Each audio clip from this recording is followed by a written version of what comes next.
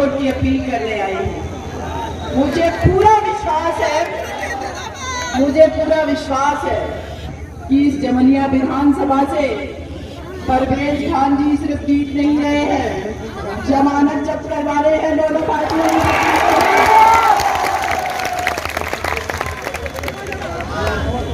आज समाजवादी पार्टी के राष्ट्रीय अध्यक्ष श्री अखिलेश यादव जी रैली कर रहे हैं। मुझे लगता है उनको सोचना पड़ रहा होगा। आप लोगों का जोश और ये जुनून देख करके कि किस तरीके का जोश हमारे जमनिया के लोगों में है, और ये आप लोग 7 तारीख को ये साबित कर देंगे कि इस जमनिया की धरती पर सपा और बीजेपी का खात्मा होने वाला है। अगर ये लोग एक बूथ भी जीत जाए तो ये बहुत बड़ी बात है, बहुत बड़ा कारण है। क्यों इनको हराना है, क्यों इनको शिकस्त देनी है, इन सारी चीजों को हम सभी को समझना होगा, हमारे युवाओं को समझना होगा, हमारी माता बहनें, हमारे बड़े बुजुर्गों को, इवन कि हमारे जो बच्चे अब समझदार हो रहे हैं, छोटे बच्चे, उनको भी समझना होगा। वहां पर देख रही एक हमारी सिस्टर बैठी हुई है, गोदी में 6-7 महीने का बच्चा है। इस माँ को भी अपने बच्चे के बारे में सोचना है, इसलिए बहुजन समाज पार्टी आना जरूरी है।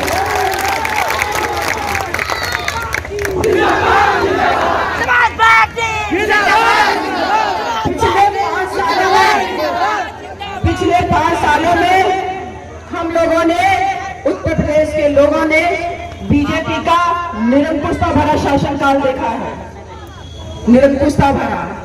श्री योगी आदित्यनाथ जी, मुझे पता चला यहाँ पर कल या परसों में कार्यक्रम करके गए हैं, रैली करके गए हैं, बुलडोजर लेकर के घूम रहे हैं, बुलडोजर लेकर के। क्यों घूम रहे बुलडोजर लेकर के? क्योंकि उनको पता है कि उनकी ताकत कमजोर हो गई, खत्म हो गई, बुलडोजर लेकर के अब चलना पड़ रहा है।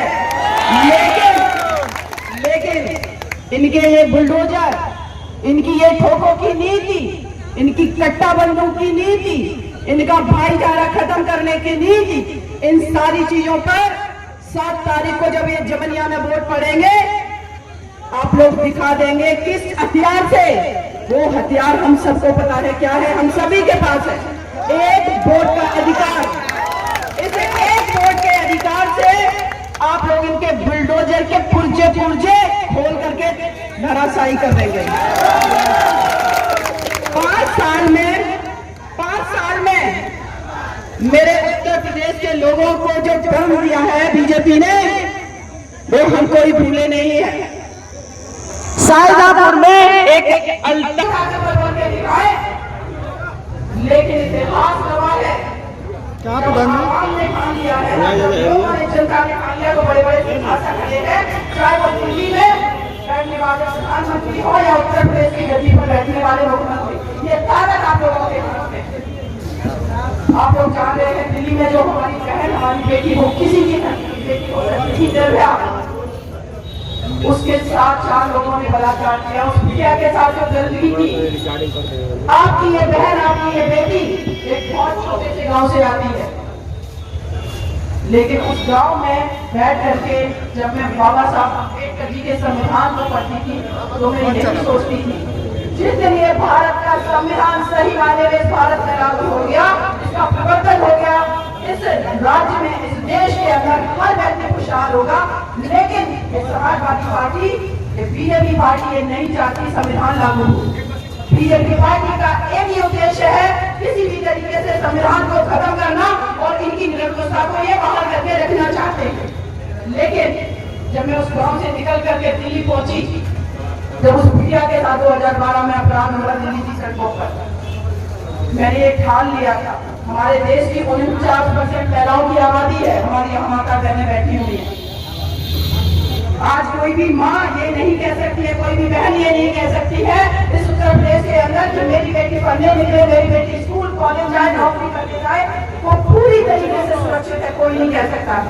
शाम का जब 5 बजे का समय होता है, 4 बजे का समय होता है, माँ बाप भाई फोन लगाने लगते हैं, भाई कहता कहाँ रहेगी बहन, तू आनी नहीं है, माँ कहती बिटिया कितना टाइम लगेगा, और अगर कहीं वोट मीडिया का बंद चला गया, हाथ पांव फूट जाते हैं हम लोगों के, क्योंकि नहीं पता होता है उस मीडिया के साथ किस तरीके का अपराध हो जाएगा। तो दिल्ली में उस हमारी मीडिया के साथ अपराध हुआ, निर्भया के साथ, मैंने डिसाइड कर लिया था कि चारों को मैं फांसी दिलवा के रहूंगा। वो लड़ाई बहुत लंबी थी, वो लड़ाई बहुत लंबी थी। आप सभी भाइयों को, सभी बड़े बुजुर्गों को बताना चाहते हैं, कोर्ट में सिर्फ हमने बहस नहीं की, मुझे सिस्टम से लड़ना पड़ा, सिस्टम से। और सिस्टम से कैसे काम लिया जाता है, सिस्टम से कैसे लड़ा जाता है, इसको सिर्फ और सिर्फ एक ही इंसान बता सकता है, वो है हमारी बहन जी, जिन्होंने करके दिखाया है। जब भी बहन जी का शासनकाल रहा, गुंडागर्दी कैसे खत्म होती है, भू माफिया किस तरीके से अपने घरों में कैद होते हैं, किस तरीके से इस भारत की धरती को छोड़कर के नेपाल, बांग्लादेश भागते हैं, ये बहन जी से कोई सीखे। क्योंकि बहन जी के शासनकाल में धर्म की बात नहीं होती है, जाति की बात नहीं होती है, दंगे की बात नहीं होती है, उन्माद फैलाने की बात नहीं होती है, बुलडोजर की बात नहीं होती है, किसी को गाली नहीं दी जाती, किसी का अपमान नहीं किया जाता। जितने हमारे बड़े बुजुर्ग बैठे हैं सभी लोग जानते हैं, बहन जी का जब जब शासनकाल रहा, बहन जी ने समाज के लिए, उत्तर प्रदेश के लिए वो करके दिखाया जो अभी तक की सरकारें नहीं कर पाई थी। आज हमारा यहाँ युवा खड़ा हुआ है इतना, इन लोगों से मैं पूछूंगी, कोई बीए पास है, कोई इंटर पास है, कोई एमए पास है, कोई बीएड कर चुका है, कोई पीटीसी कर लिया, नौकरियां नहीं है। क्या कहती है सरकार कि हमारे उत्तर प्रदेश के युवा जो है वो काबिल नहीं है। लेकिन मैं आप लोगों को बता देना चाहती हूँ, हर युवा काबिल है, हर युवा कुछ ना कुछ काबिलियत रखता है और ये बहुत कुछ कर सकता है अगर ये इनको नौकरियां देते, लेकिन ना काबिल है ये उत्तर प्रदेश की सरकार, तो हमारे इन युवाओं को नौकरियां नहीं दे पा रही है, लेकिन की नाकाबिलियत है। बहन जी जब सत्ता में आई, 23 लाख युवाओं को नौकरियां दी, 23 लाख। किसानों का गन्ना का जो भूल था एमएसपी का, वो बहन जी ने बढ़ा दिया। टिकैत साहब जो है वर्तमान में राकेश टिकैत जी किसान आंदोलन के नेता थे, उनके पिताजी जब टिकैत साहब से राय बहन जी के शासनकाल में उनसे कहा कि बहन जी आप गन्ने का मूल बढ़ा दीजिए। बहन जी का कितना बढ़ाना है, कहते आप जितना मूल है उस पर 40 रुपए और बढ़ा दीजिए। हमारी नेता, हमारी आदर्श नेता ने कहा, आप चाचा जी जब तक लश्कर यूपी पहुंचोगे, सुरेंद्र से पहुंचोगे, अखबार देखिए ना गन्ने का मूल बढ़ जाएगा। जब वो वहां पहुंचे, जब वो वहां पर पहुंचे और सुबह का जब न्यूज पेपर उठा करके देखा तो 40 रुपए नहीं बढ़ाया था, 125 रुपए बढ़ाया, 125। हमारी आदर्श नेता को पता है कि हमारे अपने लोगों को क्या चाहिए, हमारी माता बहनों को कैसे सुरक्षित करना है, ये हमारी बहन जी को पता है। हमारे युवाओं को कैसे नौकरियां देनी है, हमारी बहन जी को पता है, करके दिखाया है। किसानों के फसल का सही मूल्य कैसे देना है, ये हमारी बहन जी ने करके दिखाया है। बहन जी के अलावा इस उत्तर प्रदेश में कोई शासन का संचालन नहीं कर सकता विकास के नाम पर। अगर किसी ने विकास किया है तो मात्र हमारी आदरणीय नेता, जिसकी बहन कुमारी मायावती जी ने किया है। मैं उत्तर प्रदेश के बहुत जिलों में जा रही हूँ, प्रचार प्रसार किया मैंने। बड़े बुजुर्ग हमारे कहते हैं कि बिटिया, ये लोग कहते हैं हमने फ्री में राशन दे दिया, लेकिन जितना इन्होंने राशन नहीं दिया उससे ज्यादा इस बीजेपी सरकार की गलत नीतियों के कारण जो आवारा पशु इन्होंने छोड़ रखे हैं वो हमारी पिछले चल गए। ऐसी इनकी नीतियां हैं, इनको समझ में नहीं आता करना क्या। क्योंकि आप लोग समझिए, क्योंकि इन लोगों को पता है कि हमें नौकरियां अगर हम नहीं भी देंगे तो चल जाएगा, फसल का मूल्य नहीं देंगे तभी चल जाएगा, लेकिन अगर हम उन्माद फैलाते रहे 2 करोड़ नौकरियों के नाम पे, 15 लाख रुपए के नाम पर इनको अगर हम बेवकूफ बनाते रहे, तो उत्तर प्रदेश की जनता हमें वोट देती रहेगी और हमें सत्ता में बैठाती रहेगी और 5 साल तक इस जनता को हम डोलाते रहेंगे। ये वो इसलिए कर पा रहे हैं क्योंकि हम लोग षड्यंत्र को नहीं समझ पा रही थी। लेकिन आज मैं दावे के साथ कह रही हूँ, इस भीड़ को देख करके, आप लोगों का जनसैलाब देख करके, कि आप सब इनके षड्यंत्र को समझ गए हैं। इसीलिए आप प्रूफ करके दिखा दीजिएगा कि इस जमनिया से कोई और जीत के नहीं जा सकता। समाजवादी पार्टी की सरकार रही। श्री अखिलेश यादव जी कहते हैं हम मुसलमान भाइयों के हितैषी हैं। इनसे पूछना चाहती हूँ, उनसे एक सवाल है, 2013 में जब शामली और मुजफ्फरनगर हुआ था, आप ही तो उत्तर प्रदेश के मुख्यमंत्री थे, इनको पता है या नहीं कि ये भी भूल चुके हैं? कहाँ था आपकी कानून व्यवस्था? अगर आपने कानून व्यवस्था सही रखी होती तो हमारे भाई वहां पर इतने नहीं मारे जाते, हमारे भाई आज भी पढ़ाई करने को मजबूर नहीं होते। आपने सिर्फ उत्तर प्रदेश में हमारे मुसलमान भाइयों को ठगने का काम किया। आज क्यों मजबूर होकर के क्या करें भाई हमारे कहीं इस पार्टी में उस पार्टी में जाते हैं, सोचते हो बीजेपी पार्टी ने जिस तरीके का उन्माद फैलाने का काम किया, लेकिन बहन जी ने दोस्ती का डिस्ट्रीब्यूशन किया है। कल बहन जी का इंटरव्यू अगर किसी ने सुना होगा, सबसे ज्यादा टिकट दिए। हम लोग कहने में नहीं, हम लोग करने में भागीदारी देने में विश्वास करते हैं, और वो बहन जी ने करके दिखाया है। अखिलेश यादव जी की सरकार क्या होती है, गुंडागर्दी क्या होती है, ये सभी लोग जानते हैं। जमनिया में जब मैं आ रही थी, एक दो जगह हमारी गाड़ी रुकी, लोगों से मैं बातचीत कर रही थी, पूछ रही थी यहाँ पर कोई बिहारी आए हैं? एक बार आप लोगों से पूछ के लिया, मैं आप लोगों से एक ही बात कर रही हूँ, दोबारा से ऐसा काम मत करना, 5 साल पछताना पड़ेगा। आपके हाथ में सब कुछ है। यहाँ पर एक बसपा पार्टी में जो जितने भी नेता रहे उनकी अगर मैं बात करूं, क्योंकि भागीदारी ही, चाहे वो ओबीसी समाज हो, चाहे वो अल्पसंख्यक समाज हो, सावन वर्ग हो, हर किसी को अगर भागीदारी दी है तो बसपा पार्टी ने दी है। राजभर जी समाजवादी पार्टी में है। एक दिन उनका इंटरव्यू चल रहा था, मैं सुन रही थी, उनसे पूछा मीडिया वाले ने, आप एक बात बताइए, कानून का राज किसके शासनकाल में सही था, लॉ एंड ऑर्डर किसके शासनकाल में सही था? 1 मिनट के लिए चुप हुए, कहते वो तो बहन जी के ही शासनकाल में सही था। इनको भी पता है कि बहन जी के अलावा कोई है नहीं। श्री स्वामी प्रसाद मौर्य जी जब से बसपा छोड़ के गए, कहीं सम्मान नहीं मिला। ओबीसी चेहरा बना करके श्री केशव प्रसाद मौर्य जी का वोट ले लिया, पूरे ओबीसी समाज का, पुष्पा साक्षी मौर्य समाज का थमा दिया। क्या स्टूल कोई आपको अगर पावर ना दे, कोई पैसा ना दे, चल जाएगा, लेकिन जो अपमान बीजेपी ने किया है ना, इसका बदला आप लोगों को लेना है। श्री स्वामी प्रसाद मौर्य से 5 साल बीजेपी में रहने के बाद आए और कहते हैं मुझे बोलने नहीं दिया। अरे भाई, तो आप कैबिनेट मंत्री में थे क्यों? अगर इनकी कैबिनेट में एक मिनिस्टर को बोलने का अधिकार नहीं है तो आप समझ लीजिए कि क्या माहौल था बीजेपी में। उसके बाद जब समाजवादी पार्टी में आए तो समाजवादी पार्टी में एक मंच पर जिस दिन इन्होंने पार्टी ज्वाइन की, अखिलेश यादव के गले मिलने की कोशिश की, हाथ झटक दिया। इस तरीके से अपमानित होकर के घूम रहे हैं।